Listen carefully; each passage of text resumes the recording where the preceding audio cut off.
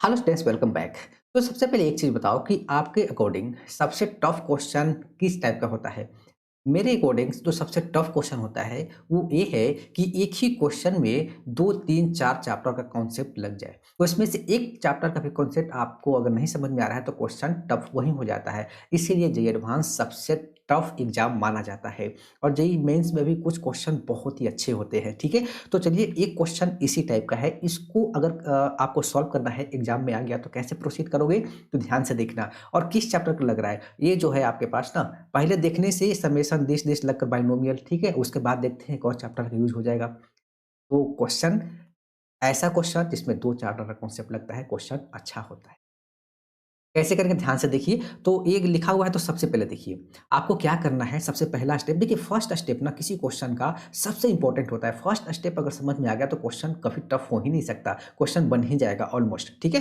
तो सबसे पहला स्टेप है कि आपको इसको लिखना है समेशन r इक्वल टू 0 और यहाँ पे this minus 1 to the power r and NCR. ये तो सबके साथ मल्टीप्लीकेशन है और मैं इसके साथ सबको मल्टीप्लाई करके अलग अलग लिख देता हूँ। यानी कि इसके साथ मैं लिखूंगा 1 अपॉन दिस, ठीक है? And then plus summation r is equal to 0 this minus 1 to the power r then ncr and ये जो लिखा हुआ है 3 to the power r divided by ये लिखा हुआ है 2 टू द पावर 2 r, तो मैं इसको 4 टू द पावर r लिख सकता हूँ क्या? ठीक है, okay.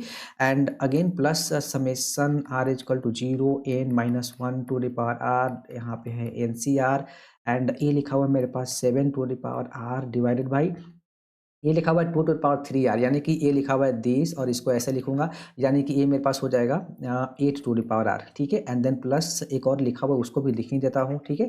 This minus 1 to the power r then n c r and ये लिखा हुआ है 15 to the power r divided by ये लिखा हुआ है मेरे पास 16 to the power r and plus up to सोन आपका चलता रहेगा। ओके, ठीक है। अब देखिए ये जो लिखा हुआ है, ये जो लिखा हुआ है ना, अब ये क्या लिखा हुआ है? अब यहाँ पे बाइनोमियल का आप कॉन्सेप्ट लगा लीजिए, ठीक है? ये किसका एक्सपेंशन है? तो ये एक्सपेंशन है 1 minus 1 upon 2 to the power n का एक्सपेंशन है, ठीक है? प्लस ये किसका एक्सपेंशन है? तो 1 माइनस 3 अपॉन 4 का एक्सपेंशन है, ठीक है? एंड देन प्लस ए किसका है? तो 1 माइनस 7 अपॉन 8 का एक्सपेंशन है, ठीक है?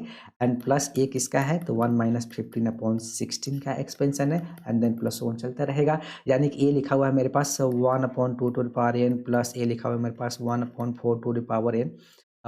चलो इसको ऐसे लिख लेता हूँ, इसको भी मैं ऐसे लिख लेता हूँ, प्लस 1 अपॉन 8 इसको भी मैं ऐसे लिख लेता हूँ, प्लस 1 अपॉन 16 इसको भी मैं ऐसे लिख लेता हूँ, प्लस अप टू सोन चल रहा है। अप टू कहाँ तक जा रहा है? M terms.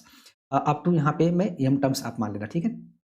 अप टू यहाँ पे हमारे पास गिवन है अप टू एम टर्म्स तक गिवन है, ठीक है ना? एम टर्म्स तक गिवन है। ओके, अब देखो ये जो लिखा हुआ है ये जो लिखा हुआ है, अब ये किस में बन गया? ये बन गया आपके पास जीपी में, जिसका फर्स्ट टर्म है, फर्स्ट टर्म आपके पास 1 upon 2 to the power n and then common ratio equal to this upon this, यानी कि कॉमन रेशियो भी मेरे पास 1 upon 4 to the power n divided by 1 upon 2 to the power n, 2 to the power n ऊपर चला जाएगा, लिखा हुआ 2 to the power n which is equal to 1 upon 2 to the power n ही बचेगा। आई थिंक हाँ, common ratio यही है। तो अब सम का फॉर्मूला अप्लाई कर दे। सो अब लिखेंगे 1 upon 2 to the power n plus 1 upon 4 to the power n, इसको लिख सकते हैं ना 1 upon 8 to the power n plus यहाँ पे लिख लेंगे अप टू m टर्म्स, ठीक है ना? m terms which is equal to 2 4 8 ही था ना, 2 4 दिस, ठीक है? तो अब सम ऑफ जीपी का फॉर्मूला अप्लाई कर लेंगे। तो फर्स्ट टर्म मेरे पास कितना है? 1 upon 2 to the power n, 1 minus common ratio 1 upon 2 to the power n, यहाँ पे मेरे पास ये हो जाएगा and divided by 1 minus 1 upon 2 to the power n। Formula apply कर दिया, ठीक है? तो ये अब सिंप्लीफाई कर लें तो 1 अपॉन दिस ब्रैकेट ये हो जाएगा मेरे पास 1 अपॉन ये हो जाएगा मेरे पास 2mn, क्योंकि 1 टू द पावर n आपका 1 ही रह जाएगा एंड ये हो गया मेरे पास एंड डिवाइडेड बाय लिखा हुआ है मेरे पास 2 to the power n minus 1 divided by this, तो ये पार्ट से पार्ट उड़ गया विच इज इक्वल टू, इसको सिंप्लीफाई करेंगे तो 2 to the power mn minus 1 divided by 2 to the power यहाँ पे हो जाएगा mn और into 2 to the power n minus 1, तो ये हमारा आंसर आना चाहिए। तो 2 to the power mn minus 1, 2 to the power mn minus 1, two to the power m to the power mn, यानी कि कुछ यानी कि हमारा आंसर आ गया, यही ऑप्शन है मेरे ख्याल से। हाँ बिल्कुल। तो यहाँ पे सम ऑफ जीपी का फॉर्मूला अप्लाई हो गया, पता है ना आपको? A plus a r plus dot dot a r n minus one equal to a bracket r to power n minus one upon r minus one, ठीक है?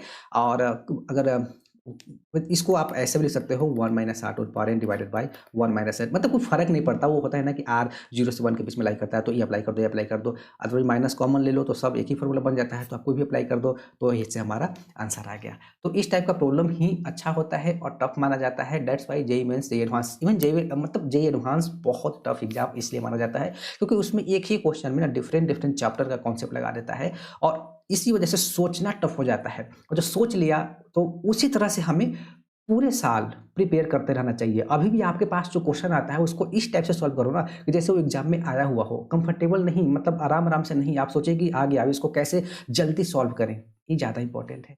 Thank you.